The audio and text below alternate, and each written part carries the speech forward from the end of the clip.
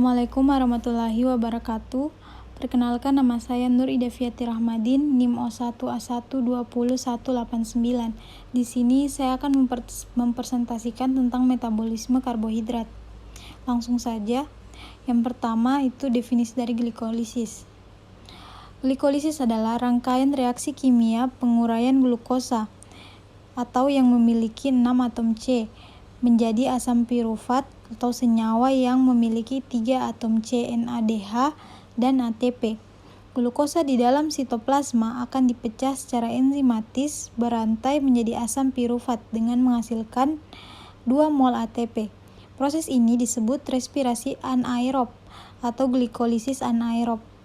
Ada 2 jalur, yaitu satu jalur Embden-Meyerhof dan yang kedua heksosamonofosfat Sun. Asam pirufat selanjutnya akan mengalami beberapa kemungkinan diubah menjadi yang pertama asam laktat dengan menghasilkan 2 mol ATP.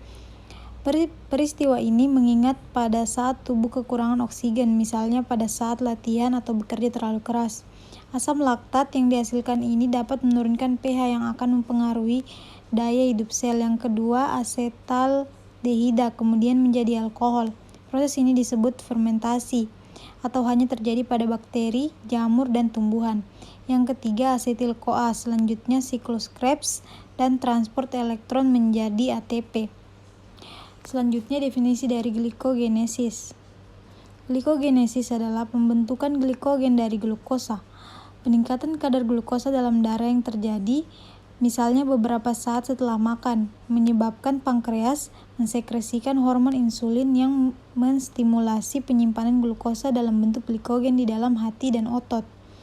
Hormon insulin akan menstimulasi enzim glikogen sintase untuk memulai proses glikogenesis. Selanjutnya, definisi dari glikogenolisis.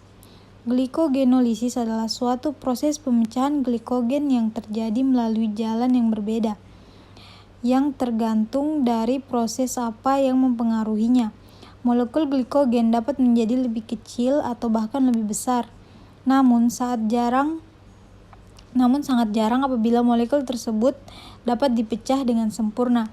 Proses yang terjadi dimulai dengan molekul glukosa serta akan diakhiri dengan terbentuknya asam laktat. Reaksi yang berlangsung dibagi menjadi 2 fase, yaitu pada fase pertama glukosa akan diubah menjadi trifosfat melalui proses fosforilase, sedangkan untuk fase kedua akan dimulai dari proses oksidasi triosafosfat menjadi terbentuk asam laktat. Kedua fase ini berada pada aspek energi yang berkaitan dengan reaksi pada kedua fase tersebut. Selanjutnya, definisi dari gluconeogenesis. Gluconeogenesis adalah proses sintesis atau pembentukan glukosa dari sumber bukan karbohidrat. Molekul yang umum sebagai bahan baku glukosa adalah asam pirufat. Namun, oksaloasetat dan dihidrooksiaseton fosfat dapat juga menjalani proses gluconeogenesis. Gluconeogenesis terjadi terutama dalam hati dan dalam jumlah sedikit terjadi pada korteks ginjal. Gluconeogenesis sangat sedikit terjadi di otak, otot rangka, otot jantung, dan beberapa jaringan lainnya. Gluconeogenesis terjadi pada organ-organ yang membutuhkan glukosa dalam jumlah yang banyak. Gluconeogenesis terjadi di hati untuk menjaga kadar glukosa darah tetap dalam kondisi normal. Selanjutnya, siklus. Siklus di sini ada 3. Yang pertama, siklus glikolisis, siklus Krebs, dan transport elektron. Langsung saja yang pertama, siklus glikolisis. Glikolisis adalah rangkaian reaksi kimia penguraian glukosa atau yang memiliki 6 atom C menjadi asam pirufat atau senyawa yang memiliki 3 atom C, NADH, dan ATP. NADH atau nikotinamida adenina dinukleotida hidrogen adalah koenzim yang mengikat elektron H sehingga disebut sumber elektron berenergi tinggi. ATP merupakan senyawa berenergi tinggi. Setiap pelepasan gugus fosfatnya menghasilkan energi. Pada proses glikolisis, setiap satu molekul glukosa diubah menjadi 2 molekul asam pirufat, 2 NADH dan 2 ATP. Bisa dilihat pada gambar, terdapat 10 tahap siklus glikolisis. Yang pertama itu tahap 1, fosforilasi glukosa oleh ATP. Tahap pertama adalah fosforilasi glukosa atau penambahan gugus fosfat pada glukosa. Reaksi ini dibantu oleh enzim heksokinase yang memisahkan satu kelompok fosfat dari ATP dan menambahkannya ke glukosa, mengubahnya menjadi glukosa 6-fosfat. Proses glikolisis ini memerlukan satu molekul ATP dan diubah menjadi ADP karena pemisahan satu kelompok fosfat. Reaksi keseluruhan dapat diringkas menjadi C6H12O6 ditambah ATP ditambah heksokinase menghasilkan C6H11O6P1 ditambah ADP. Kemudian tahap yang kedua itu produksi fruktosa 6-fosfat. Tahap kedua adalah pembuatan fruktosa 6-fosfat. Proses glikolisis yang kedua dibantu oleh enzim fosfoglucosaisomerase. Tahap ini mengubah produk dari tahap sebelumnya, yaitu glukosa 6-fosfat, yang diubah menjadi fruktosa 6-fosfat. Fruktosa 6-fosfat merupakan isomer, di mana isomer adalah molekul yang berada dengan rumus molekul yang sama tetapi susunan atomnya berbeda. Reaksi kimia tahap ini sebagai berikut, yaitu C6H11O6P1 ditambah enzim fosfoglucoisomerase menghasilkan C6H11O6P1. Tahap yang ketiga itu produksi fruktosa 1 dan 6-difosfat. Pada tahap berikutnya, fruktosa isomer 6-fosfat diubah menjadi fruktosa 1,6-disfosfat dengan penambahan kelompok fosfat. Konversi ini dibantu oleh enzim fosfofruktokinase yang memanfaatkan satu molekul ATP. Reaksi ini diringkas sebagai berikut, yaitu C6H11O6P1 ditambah enzim fosfofruktokinase ditambah ATP menghasilkan C6H1O6P2. Tahap 4, pemecahan fruktosa 1,6-difosfat. Pada tahap keempat, enzim aldolase memisahkan fruktosa 1,6-difosfat menjadi 2 molekul gula yang berbeda. Keduanya isomer satu sama lain. Adapun gula yang terbentuk adalah gliseraldehida fosfat dan fosfat dihidrokisiaseton. Reaksinya sebagai berikut, yaitu C6H10O6P2 ditambah enzim aldose menghasilkan C3H5O3P1 ditambah C3H5O3P1. Tahap 5 yaitu interkonversi 2 glukosa. Fosfat dihidroksiaseton adalah molekul hidup pendek, dibuat secara cepat kemudian diubah menjadi fosfat gliseraldehida oleh enzim fosfatriose. Jadi dalam totalitas tahap keempat dan kelima dari glikolisis menghasilkan 2 molekul fosfat gliseraldehida menghasilkan C3H5O3P1 ditambah enzim fosfatriose menghasilkan C3H5O3P1. Tahap yang keenam yaitu pembentukan NADH dan 1,3 bifosfogliserat. Tahap keenam melibatkan 2 reaksi penting. Pertama adalah pembentukan NADH dari NAD+ dengan menggunakan enzim fosfat dehidrogenase triose, dan kedua adalah penciptaan 1,3 asam bifosfogliserat dari 2 molekul fosfat gliseraldehida yang dihasilkan pada tahap sebelumnya. Reaksi keduanya adalah sebagai berikut, yaitu enzim fosfat dehidrogenase triose ditambah 2 NAD+ ditambah 2H- menghasilkan 2 NADH ditambah 2H ditambah enzim fosfat dehidrogenase triose ditambah fosfat gliseraldehida ditambah 2 C3H5O3P1 ditambah 2P menghasilkan 2 molekul asam 1,3 bifosfoligliserat C3H404P2. Tahap yang ketujuh yaitu produksi ATP dan 3 fosfogliserat asam. Tahap ketujuh melibatkan pembuatan 2 molekul ATP bersama dengan 2 molekul asam 3 fosfogliserat dari reaksi fosfogliserokinase pada 2 molekul asam 1,3 difosfogliserik yang dihasilkan dari tahap sebelumnya. C3H4O4P2 ditambah 2 ADP fosfogliserokinase menghasilkan C3H5O4P1 ditambah 2 ATP. Tahap yang ke-8 yaitu relokasi atom fosfor. Tahap 8 adalah reaksi penataan ulang sangat halus yang melibatkan relokasi dari atom fosfor dalam asam 3 fosfogliserat dari karbon ketiga dalam rantai untuk karbon kedua dan menciptakan asam 2 fosfogliserat. Reaksi seluruh diringkas sebagai berikut: 2 molekul C3H5O4P1 ditambah enzim fosfogliseromutase menghasilkan 2 molekul C3H5O4P1. Tahap yang ke-9 menghilangkan molekul air.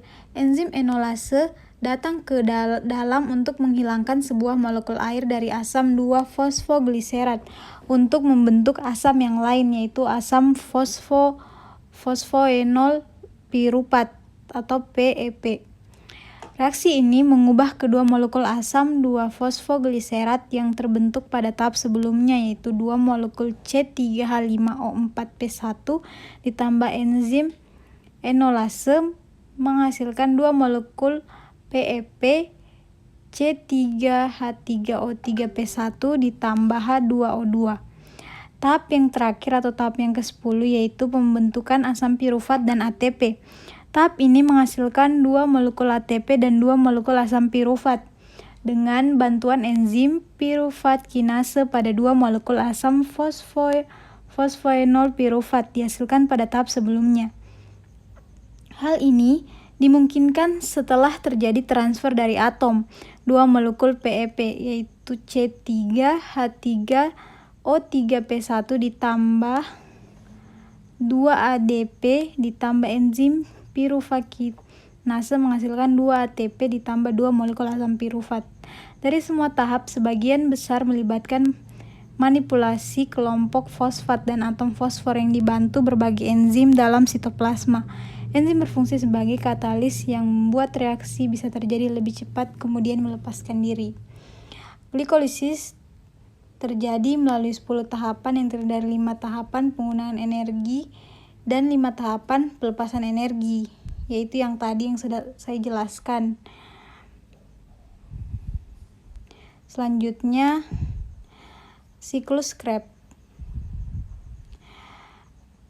Trikarboksilit sikle disebut juga siklus asam trikarboksilat atau siklus asam sitrat. Siklus Krebs ini merupakan jalan akhir katabolisme karbohidrat dan protein karena ketiganya dapat membentuk asetil-CoA.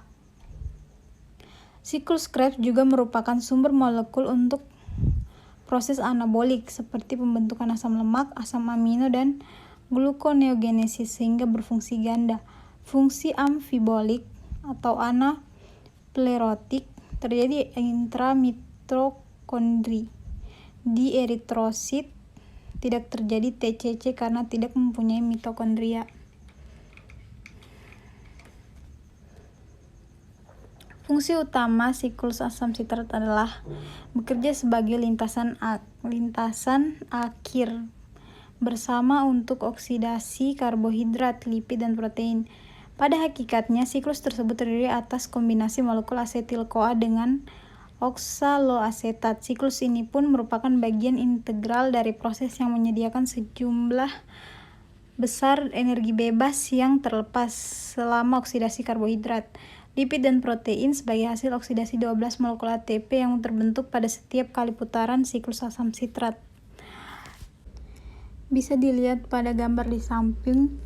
Tahap pertama adalah proses pembentukan sitrat. Dalam proses ini terjadi penggabungan molekul asetil-CoA dengan oksaloasetat yang membentuk asam sitrat dibantu oleh enzim asam sitrat sintase. Sitrat yang dihasilkan dari proses sebelumnya kemudian diubah menjadi isositrat dengan bantuan enzim akotinase yang mengandung Fe2+. Terjadi proses dekarboksilasi atau perombakan pertama kali. Isositrat yang terbentuk dari tahapan sebelumnya dioksidasi menjadi oksalosuksinat yang terikat oleh enzim isositrat dehidrogenase. Pada tahap ini juga isositrat diubah menjadi alfa-ketoglutarat oleh enzim yang sama dan dibantu NADH. Terjadi proses pengubahan alfa-ketoglutarat menjadi suksinil-CoA oleh enzim alfa-ketoglutarat kompleks dan proses oksidasi. Suksinil-CoA kemudian diubah menjadi suksinat. Tidak hanya dibantu dengan enzim, tahap pengubahan ini dibantu juga oleh Mg2+ dan GDP yang dengan fosfat membentuk GTP. GTP inilah yang diubah menjadi ATP sehingga menjadi energi yang dibutuhkan jaringan. Pada tahapan ini, suksinat akan dioksidasi menjadi fumarat dengan bantuan enzim suksinat dehidrogenase. Tahap ketujuh adalah proses dehidrasi. Pada proses ini terjadi penambahan atom hidrogen pada ikatan karbon sehingga menghasilkan produk berupa malat. Malat kemudian dioksidasi untuk menghasilkan oksaloasetat yang dibantu dengan enzim malat dehidrogenase. Oksaloasetat kemudian akan menangkap asetil-CoA sehingga siklus Krebs dapat terus-menerus terjadi. Selain itu, pada tahap ini juga berupa NADH. Untuk mencukupi kebutuhan energi, maka siklus Krebs harus berlangsung selama 2 kali. Hal ini dikarenakan reaksi oksidase pada molekul glukosa untuk sekali proses siklus Krebs hanya menghasilkan 2 molekul asetil-CoA saja. Tabel berikut merupakan hasil dari siklus Krebs. Bisa dilihat.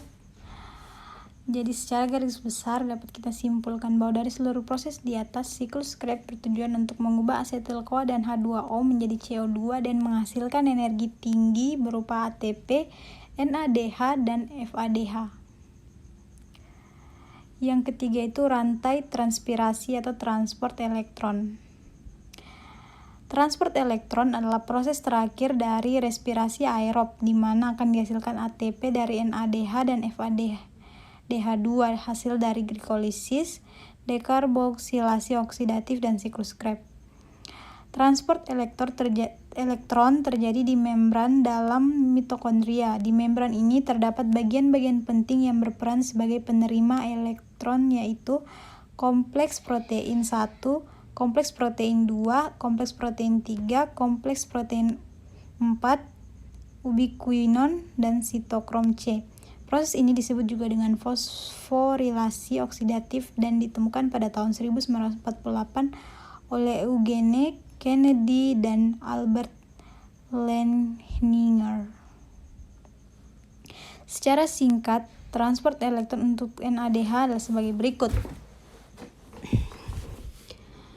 Molekul NADH akan melepaskan elektronnya dan ditangkap kompleks protein 1 kemudian berpindah menuju ubiquinon. Saat elektron meninggalkan kompleks protein 1 menyebabkan sebuah H+ dikeluarkan menuju ruang antarmembran. Dari ubiquinon, elektron akan menuju kompleks protein 3 dan kemudian menuju sitokrom C. Saat elektron meninggalkan kompleks protein 3, sebuah H+ juga akan dikeluarkan menuju ruang antarmembran. Dari sitokrom C, elektron akan menuju kompleks sitokrom 4 yang kemudian akan menuju penerima elektron terakhir yaitu O2. Saat elektron meninggalkan kompleks protein 4 menyebabkan sebuah H+ juga dikeluarkan menuju ruang antarmembran. O2 setelah menerima elektron akan mengikat H+ dan membentuk H2O. 3 H+ yang telah dikeluarkan tadi akan masuk kembali melalui enzim ATP sintase yang berada di membran tersebut. Setiap H+ yang masuk melalui ATP sintase juga akan menghasilkan 1 molekul ATP. Jadi total dari 1 NADH akan menghasilkan 3 ATP. Dan proses transport elektron untuk molekul FADH2 adalah sebagai berikut. Molekul FADH2 akan melepaskan elektronnya dan ditangkap kompleks protein 2 kemudian berpindah menuju ubiquinon. Namun pada tahap ini tidak menyebabkan dikeluarkannya H+. Kemudian elektron akan meninggalkan ubiquinon dan menuju kompleks protein 3, sitokrom C, dan kompleks protein 4. Saat elektron melewati kompleks protein 3 dan 4, masing-masing menyebabkan dikeluarkannya molekul H+. Jadi hanya 2 H+ yang dikeluarkan hingga nantinya masuk kembali melalui ATP sintase dan terbentuk 2 ATP. Di akhir cerita, elektron juga akan ditangkap oleh O2 menghasilkan H2O. Dari kedua proses di atas, NADH menghasilkan 3 molekul ATP, sedangkan FADH2 menghasilkan 2 molekul ATP. Jadi, dalam transfer elektron dihasilkan kira-kira 34 ATP, ditambah dari hasil glikolisis dan siklus Krebs. Maka secara keseluruhan, reaksi respirasi seluler menghasilkan total 38 ATP dari satu molekul glukosa. Akan tetapi, karena dibutuhkan 2 ATP untuk melakukan transport aktif, maka hasil bersih dari setiap respirasi seluler adalah 36 ATP. Selanjutnya, hubungan metabolisme karbohidrat, lipid, dan asam amino. Asetil-CoA sebagai bahan baku dalam siklus Krebs untuk menghasilkan energi yang berasal dari katabolisme karbohidrat, protein, maupun lemak. Titik temu dari berbagai jalur metabolisme ini berguna untuk saling menggantikan bahan bakar di dalam sel. Hasil katabolisme karbohidrat, protein, dan lemak juga bermanfaat untuk menghasilkan senyawa-senyawa lain, yaitu dapat membentuk ATP, hormon, komponen hemoglobin, ataupun komponen sel lainnya. Lemak lebih banyak mengandung hidrogen terikat dan merupakan senyawa karbon yang paling banyak tereduksi, sedangkan karbohidrat dan protein banyak mengandung oksigen dan lebih sedikit hidrogen terikat adalah senyawa yang lebih teroksidasi. Senyawa karbon yang tereduksi lebih banyak menyimpan energi dan apabila ada pembakaran sempurna akan membebaskan energi lebih banyak karena adanya pembebasan elektron yang lebih banyak. Jumlah elektron yang dibebaskan menunjukkan jumlah energi yang dihasilkan. Perlu kamu ketahui pada jalur katabolisme yang berbeda, glukosa dan asam glutamat dapat menghasilkan jumlah ATP yang sama yaitu 36 ATP. Sedangkan katabolisme asam heksanoat dengan jumlah karbon yang sama dengan glukosa menghasilkan 44 ATP sehingga jumlah energi yang dihasilkan pada lemak lebih besar dibandingkan dengan yang dihasilkan pada karbohidrat dan protein. Sedangkan jumlah energi yang dihasilkan protein setara dengan jumlah yang dihasilkan karbohidrat dalam berat yang sama. Dari penjelasan itu dapat disimpulkan jika kita makan dengan mengkonsumsi makanan yang mengandung lemak akan lebih memberikan rasa kenyang jika dibandingkan dengan protein dan karbohidrat. Karena rasa kenyang tersebut disebabkan oleh kemampuan metabolisme lemak untuk menghasilkan energi yang lebih besar. Selanjutnya, metabolisme di tubuh manusia terbagi menjadi dua, yaitu proses glikolisis aerob dan proses glikolisis anaerob. Proses glikolisis anaerob dan energi ATP yang dihasilkan satu glukosa. Sebagian besar otot manusia menghasilkan laktat bila bekerja berat, walaupun peredaran darahnya terganggu dan penggunaan oksigen sangat besar. Sejauh mana hal ini berlangsung tergantung pada keadaan enzim dan tenaga yang dihasilkan. Serat otot merah yang mengandung banyak mitokondria membentuk sedikit sekali laktat, sedangkan serat otot putih yang mengandung sedikit mitokondria akan membentuk banyak laktat. Serat putih menggunakan oksigen dan imbangan antara oksidasi dan glikolisis tergantung pada tenaga yang dikeluarkan. Otot mempunyai nilai ambang anaerobik, yaitu batas beban kerja, yang bila dilampaui akan mengakibatkan peningkatan kadar laktat yang tajam, hasil ATP dari gugusan glikogen yang merupakan hasil metabolisme glukosa untuk memperoleh hasil akhir laktat, di mana ATP hanya terbentuk dari jalur Mendeleev. Tidak ada ATP terbentuk pada penggunaan NADH untuk reduksi pirufat menjadi laktat. Tidak ada ATP terbentuk pada penggunaan NADH untuk reduksi pirufat menjadi laktat. Bisa dilihat pada persamaan di atas. Persamaan ini tidak mengikut sertakan stoikiometri pengambilan H selama pembentukan ATP yang sudah berimbang dengan pembebasan H pada penggunaan ATP. Pemakaian ATP mendahului pembentukannya. Kadar ADP meningkat, mitokondria bekerja penuh tetapi belum dapat memenuhi kecepatan pembentukan dapat mengimbangi penggunaannya. Peningkatan tajam pembentukan pirufat dan NADH adalah sebab dari peningkatan laktat. Bila berawal dari 12-13 gugusan glikosa, harus diubah menjadi laktat untuk menghasilkan jumlah ATP yang sama dengan oksidasi satu gugusan glukosa menjadi CO2 dan H2O. Pirufat terbentuk dalam jalur Embden-Meyerhof baik pada pembentukan laktat maupun pada pembakaran lengkap. Bisa dilihat pada gambar di bawah. Untuk menghasilkan sejumlah ATP yang sama, lebih banyak pirufat harus dibentuk bila laktat merupakan hasil akhir dibandingkan bila pirufat dioksidasi menjadi CO2 dan H2O. Hal ini merupakan sebab mengapa laktat mengikat dengan cepat setelah batas ambang anaerobik tercapai. Keuntungan glikolisis aerobik adalah besarnya energi yang dapat dihasilkan karena pembentukan pirufat 25 kali lebih cepat dari oksidasinya. Berarti pembentukan ATP dapat dibuat 2 kali lebih cepat dibandingkan dengan 16,5-38 ATP selama waktu yang sama. Kerugian glikolisis adalah bertahan selama 1/12-nya daripada pembakaran sempurna.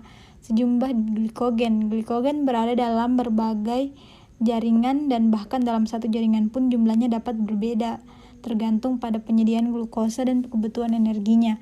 Sebagian besar glikogen terdapat di hati dan otot. Jumlah glikogen orang normal berkisar 400 gugusan glikosil atau 65 gram berat kering per kilogram berat jaringan. Jumlah ini berkurang waktu puasa dan bertambah pada tinggi karbohidrat. Otot mengandung 85 gugusan glikolisil atau 14 gram glikolisil, 2 laktat, 3 ATP glukosa, 2 pirufat, 2 NADH, 33,5-35 ATP 6 CO2. Itulah tadi hasil presentasi saya. Kurang dan lebihnya mohon dimaafkan. Dan juga bila ada salah-salah kata mohon dimaafkan. Wabillahi taufiq wal hidayah. Wassalamualaikum warahmatullahi wabarakatuh.